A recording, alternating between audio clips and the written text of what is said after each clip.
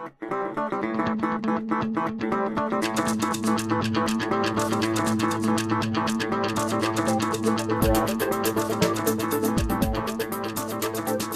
right. My question is, how does integral psychotherapy differ from holistic Right. or integrative medicine? Because you see a lot of that out there right now. And then the other part of that is a lot of us we're practitioners in the upper left.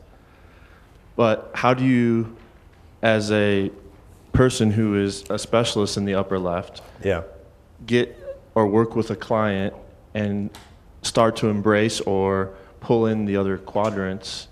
You know, or are we just I think you mentioned it once, you're kind of like a general practitioner. Yeah. So how do you know, what does integral psychotherapy look like? I mean, are we just like a case manager for their life, or, you know, or are we a pimp for them, or, you know, something like, you know what I mean? So like, what does integral psychotherapist look like, or in practice? Right.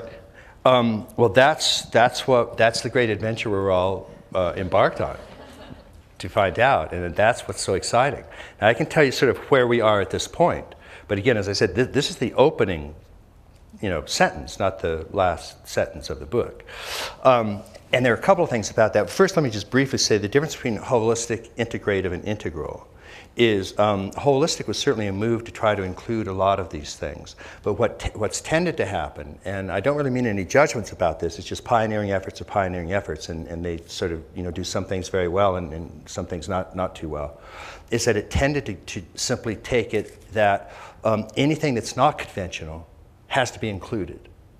And so it would get into some very pre-rational stuff and calling that trans-rational, and, you know, it's just, I mean, well-intentioned, great first start, but not very well respected as a result of that. And so it's something we generally try to stay away from in terms of a term.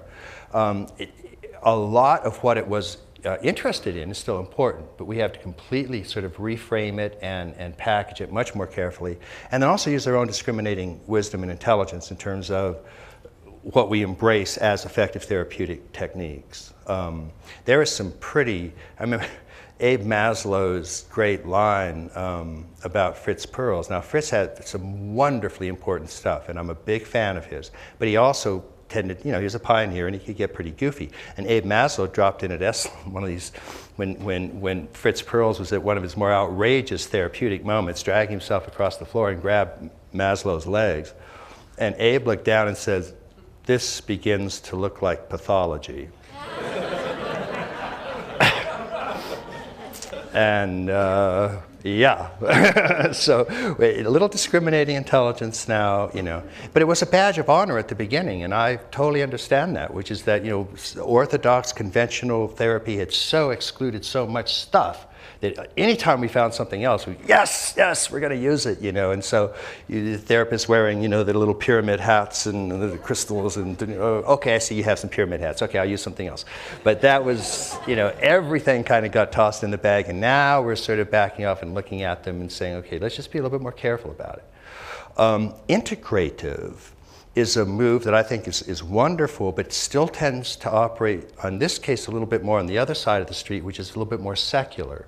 So you find integrative medicine or integrative psychotherapy, and usually there's not a whole lot of deep understanding about transpersonal and spiritual components. Although, again, I think it's a very healthy move, very much like positive psychology is a very healthy move. Integral is specifically the one for us. We really almost now use that to mean all quadrants, all levels, all lines, and so on, because it's the only model I think that is ready to take it to the next stage. So like I say, it's not the final model, but I think it's the first one that we can comfortably call holistic or integral or whatever all those old words are, we're trying to do. So what's the relation, and how can you relate to it? And that's, again, that's why I want this. I hope this becomes a ongoing dialogical community about how people are sharing what they're doing in terms of case studies and their own practice and what works and what doesn't. And there's any number of ways to go.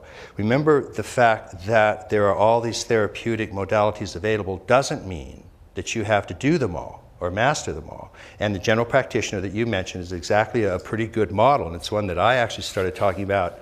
The earliest I remember is, I think I wrote a small thing on it in 1983, that I thought this was a really good model. And the model was based roughly on what a family physician or general practitioner or GP does in medicine, which is that they are trained to know most of the main problems that their patients are going to have.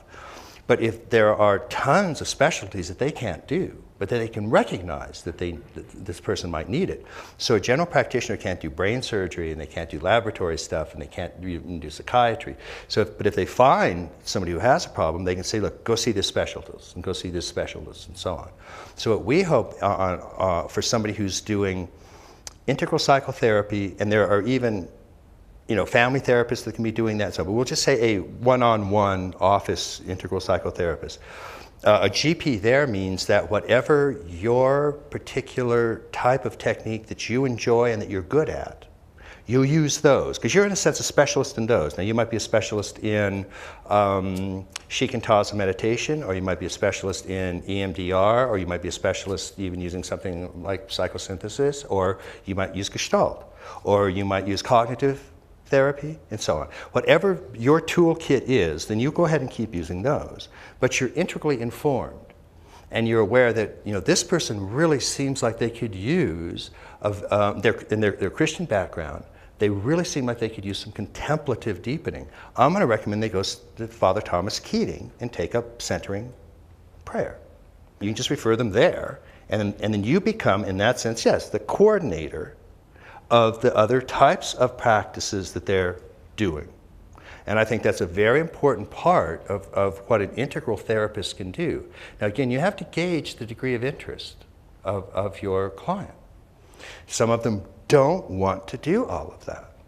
And so that's fine. They come in, they want brief therapy, interpersonal stuff, a 10-week contract, that's fine. HMO will support that.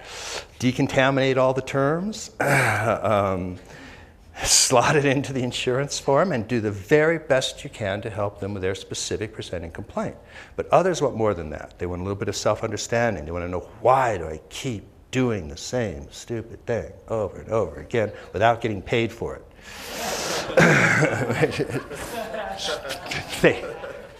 They could get paid for it, they could be therapists,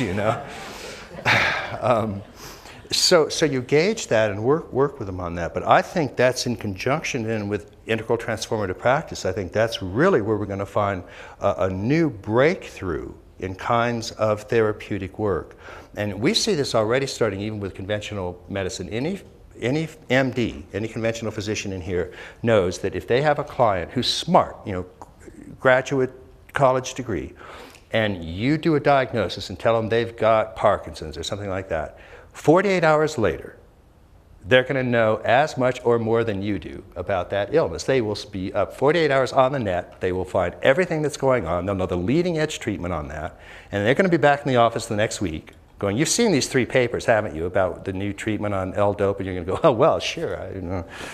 So we're trying to, for very smart, savvy, leading edge physicians, and that certainly includes healing professionals of all sorts, a working partnership with people that want to do this kind of thing is going to be one of the major ways forward that the healing profession is going to be moving.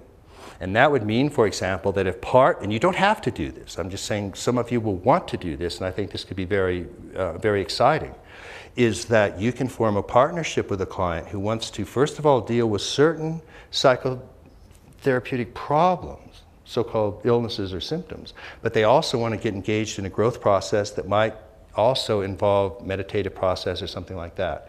And you can coordinate, you can help be the coordinator of that for them. So they can go to the Integral Transformative Practice site. They might end up studying centering prayer with Father Thomas, Big Mind Process with Genpo Roshi. They might go study with Andrew Cohen. They might go do Vipassana. They might do a Kabbalah retreat with Rabbi Zalman.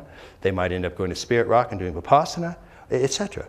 And then they might combine that with a Mike Murphy, George Leonard, ITP thing at Esalen. For you to just check back in with them and help coordinate that is going to be an ongoing, very, very valuable role that I think therapists can move into. And it's a hybrid thing. It's sort of, you know, a personal trainer and a life coach, but somebody who's also particularly attuned to the ways we can lie to ourselves when we do these things. And you can define emotional problems in many, many ways, but the simplest definition of the shadow is that component of the human psyche that lies to you about yourself. And that's what you're trained especially to spot, and by the way, that's what none of those other people are trained to spot. And so you go to a meditation teacher and they're not going to spot that, and you go to ITP and they're not going to spot that. That's your job in particular, is to keep an eye on the shadow. And 9 out of 10 problems in the spiritual communities in this country happen because neither the spiritual teachers nor their students are keeping an eye on the shadow. And it will bite you in the ass every single time. So I think that's going to be a really exciting area for therapists that want to make that a part of their practice.